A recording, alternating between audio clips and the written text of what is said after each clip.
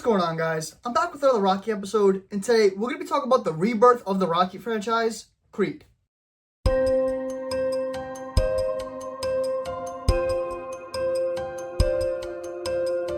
Outside of the first Rocky film, I rarely delve into the film's direction in depth. However, today I'm going to make an exception because Ryan Coogler absolutely nails this approach. At the time, Ryan Coogler is primarily known as an indie film director, not yet achieving a major breakthrough film with a well-known title like Black Panther. Therefore, I was skeptical about the revival of the original premise and who would be handling the behind-the-camera aspects. But boy, did they find the perfect person for the job. This is undoubtedly the most cinematic installment of the franchise to date. Coogler incorporates brilliant handheld shots to not only add personality to the film, but also immerse the audience in the scenes, making it feel as if we were right there with them.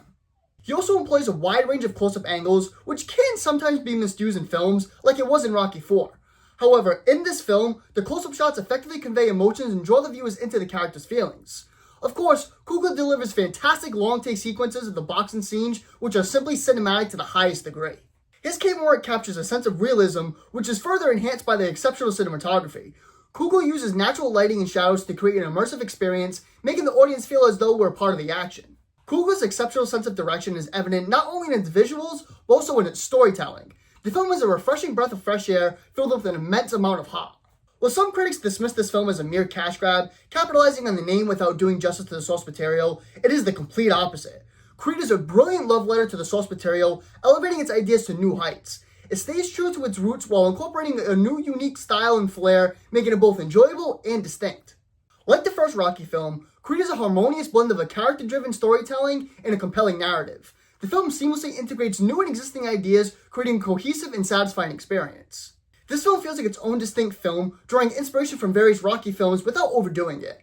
There are shades of Rocky V, where Rocky trains a young and ambitious protege, and Rocky I, which emphasizes a grounded character development alongside Creed taking on what seems to be an insurmountable task, as well as shades of Rocky II, with Rocky being sick, also known as Adrian, of course. However, after that, Creed stands out on its own with its innovative variations of character work, their interactions, their chemistry, training sequences, cinematography, writing, and the training and boxing scenes. One positive aspect that Coogler doesn't attempt to conceal is the fact that he borrows ideas. Instead, he deliberately highlights their origins while putting his own style on it, which allows the film to stand on its own merits. I particularly appreciated how they didn't simply reference previous work saying, hey, I know you've seen this before and liked this before, so I'm going to do it again.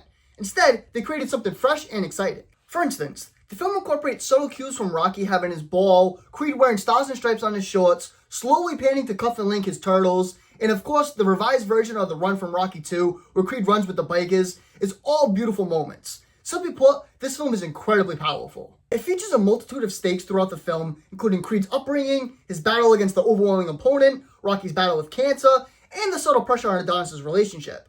However, these stakes are the heartbeat of the film, where most of the best moments come from these risks and turmoil faced by these characters. Creed still incorporates themes from the original Rocky films, such as Go For It and Keep Moving Forward, but these messages are presented in a different way than simply just about the boxing.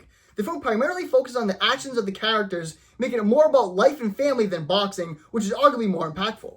While I'm on the topic of standing on its own merits, this film feels like a complete film with tremendous rewatchability. If they hadn't decided to make sequels after the first Creed, it would have been perfectly fine with me. But they include some small open-ended plots that allow for sequels, which birth two more pretty decent films. Ryan Coogler and the casting director deserve a big round of applause for assembling these incredible actors and actresses. They shine exceptionally bright together to the point that Stallone was nominated for an Oscar since the first Rocky film, and you can arguably say that he was robbed of not getting the award.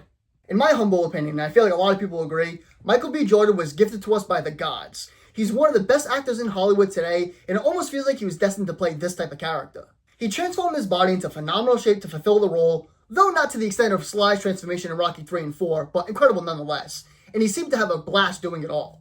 Coogler's writing of the character and Jordan's portrayal were truly exceptional. The character of Adonis is layered and very intriguing. He comes from a flawed and troubled background, having no one by his side during his young years, and those are the most important years of your life. He wanted to have what appeared to be a pretty successful career as a stockbroker, but he left that behind to pursue his passion for boxing due to his late father. He returns to what allowed him to have that background and starts to try to make it on his own. However, he couldn't have done it without a few friends, Rocky Balboa and Bianca Taylor. At times, his character can be a bit arrogant, but his hard-headedness makes him a phenomenal fighter and allows for a great character arc. The filmmakers paid meticulous attention to developing his character, give him a lot of depth by opening the film with a glimpse of his backstory, and then watching him mature as the film progresses. I found that to be a very important touch. If they had simply started with him quitting his job and looking to box, it would have came across as cliche and difficult to sell to the audience. But by taking the alternative route, they allowed for more color and an interesting aspect about Apollo that was never really hinted at, which I found very intriguing as well. As I briefly mentioned, the chemistry between him and Tessa Thompson and Sylvester Stallone is absolutely seamless. I could have easily watched these characters interact for hours without any issue. He equally shares great moments with both characters to ensure neither gets overshadowed. As for the chemistry with Thompson, it's simply immaculate. It's different from Rocky and Adrian's dynamic, being more new school if you will, but it works for all the right reasons. Tessa Thompson in the role of Bianca is absolutely wonderful. She's another tremendous actor in Hollywood these days, where I personally haven't seen her have a bad performance yet, even in that new dry MIB film. Her character was so well acted that I basically was sold that she was from Philly. As for Stallone, any criticisms he may have had in the past about being a bad actor is completely put to bed here, regardless of the Oscar nomination. He fulfills that Rocky 1 persona once more, executing it perfectly, as always. It also has a nice blend of that style from Rocky 5, mainly because he fits back into that trainer role. He's that old guard, wise style of character, but he's still a simple-minded coconut that we all know and love. His performance was fantastic, yet effortless, where he never missed a beat with this tremendous trademark character. I very much appreciate how Coogler didn't try to switch up the style of his character to try something new.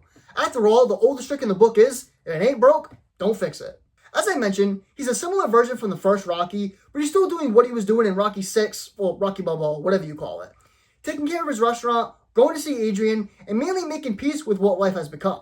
Now, the character arc that Coogler introduces to Rocky's character adds immense depth to not only his already remarkable character, but also to the story itself.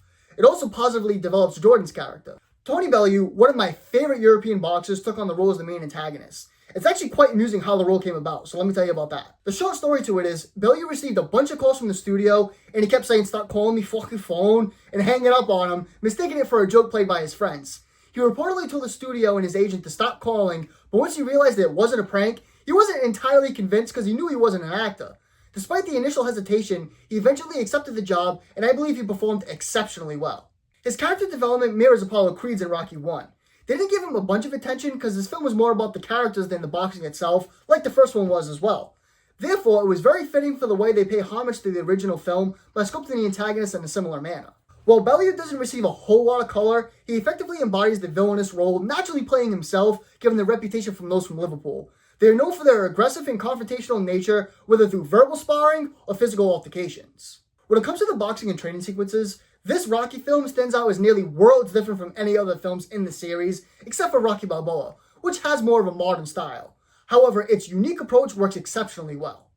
As mentioned earlier, the long-take boxing sequences were meticulously crafted, making everything feel authentic, even though it wasn't a proper fight. The training sequences are also quite distinctive, reflecting a more contemporary approach. The clever way they portray Rocky's limitations in terms of his training is a testament to their intelligence. The first thing that comes to mind is the focus on the pad work. In contrast to the older Rocky films, where we see brief clips of Rocky simply smashing the pads, this film delves into the technical aspects, showcasing the remarkable evolution in both the films and the sport itself. I also appreciate the genuine improvements Adonis made during his training. It's as if the film began with Jordan being relatively inexperienced, which he probably was, and ended with him naturally becoming significantly better and sharper. Now, let's address my reservations about the film. I only have a few, which are more minor than significant issues, but I do have a couple nonetheless. My first nitpick is that Jordan essentially plays himself in this film, which I do feel is a reoccurring theme in his movies, but that's neither here nor there right now. While interviews with him suggest a similar persona, it's important to remember that he is a highly acclaimed actor of this generation. A bad actor wouldn't be able to deliver a powerful performance or learn techniques like that without putting in the effort. My second minor concern is with some of the dialogue. Given that this is the 7th film of the franchise, it is inevitable that some of the content will seem recycled, leading to a slight sense of repetition. Regarding the screenplay, if you watch this film for the first time, most of the jokes will land effectively. However, if you've seen this film a few times like myself, some of the jokes may not land as well as they once did. But with that aside, the screenplay does feel very genuine and authentic, coming across as these highly talented actors not even acting, yet just speaking to one another naturally. Lastly, I have a minor issue with the dramatic knockdown in the final fight. While it looks impressive and has good intentions, it comes across as somewhat cartoonish. Perhaps because I'm such a big MMA and boxing fan, I'm overly critical of it. However, in real-life combat, if someone goes down face first and unresponsive, the fight is over. They don't even count. So the fact that they went through the motions what they did, it was a little like, alright, this is a little too much right now. But overall, Creed is freaking fantastic. With the right argument, I could probably bump this up to a 9, but where I sit today, I'm going to give it the 8 out of 10. Creed is undoubtedly one of the best sport films ever made and absolutely a top 3 Rocky movie ever made. Let me know what you think about Creed in the comments below and stay tuned for Creed 2. See you guys in the next one.